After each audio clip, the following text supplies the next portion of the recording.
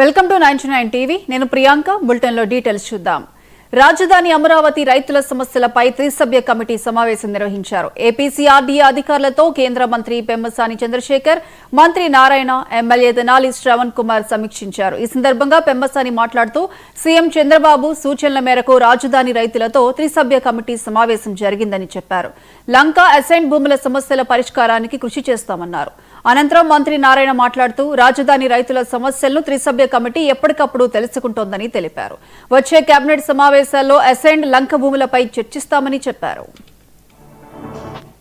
అమరావతి రాజధానిలో రైతుల సమస్యలు ఏదైతే ఉన్నాయో వాటిని తీర్చడానికి అటు కేంద్ర మంత్రివర్యులు చంద్రశేఖర్ గారు, శాసనసభ్యులు శ్రావణ్ గారు, నేను రైతులతో ఇప్పటికే 3-4 దఫాలు అని పిలిచి మాట్లాడటం జరిగింది.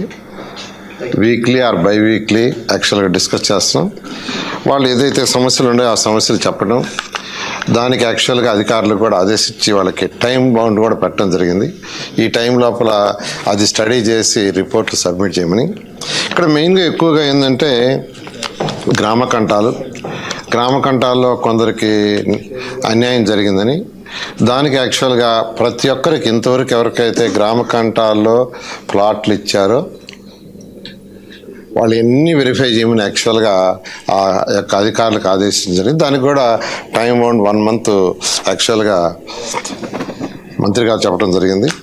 అదేవిధంగా వాటికి కొన్ని బ్యాడ్ ఫేసింగ్ వాటిని మనం వాటికి ఎలా చేయకూడదు. అందులో north west, east south east, south west, west south west bad facing ఇలాంటి ప్లాట్స్ కనుక ఎవరికైనా సరే ఇంతకుముందు రిజిస్టర్ చేసుకున్న వాళ్ళైనా లేకపోతే ఇంకా రిజిస్టర్ చేసుకోలేని వాళ్ళైనా చేసుకుండా ఉండని వాళ్ళు కూడా ఈ బ్యాడ్ ఫేసింగ్లో కనుక వాళ్ళకి ప్లాట్ అలాట్ అయితే వీటిని ఆల్టర్నేటివ్గా గుడ్ వాస్తు ఉన్న ప్రకారం రూల్స్ ప్రకారం ఏవైతే ఉన్నాయో అవి రీఅలాట్ చేస్తారు. లాటరీలో అది కూడా లాటరీలో చేస్తారు. వాటికి అయ్యే రిజిస్ట్రేషన్ ఖర్చు గవర్నమెంట్ భరిస్తుంది.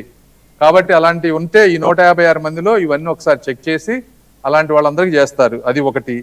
ఇంకొకటి వాళ్ళు అడిగింది, రైతులంతా ఏమడిగారంటే కమర్షియల్లో కూడా ఒరిజినల్ ప్లానింగ్ ప్రకారం కమర్షియల్లో వాస్తుని మనం ఈ రోడ్డు పోవటం తీసుకోకపోతే వాళ్ళు ఏమంటున్నారంటే వెస్ట్ సౌత్ వెస్ట్లో మాకు ప్రాబ్లం ఉంది, అది కూడా మాకు ఇబ్బందికరమైందే, దాన్ని కూడా మార్చాలని అడుగుతా ఉన్నారు.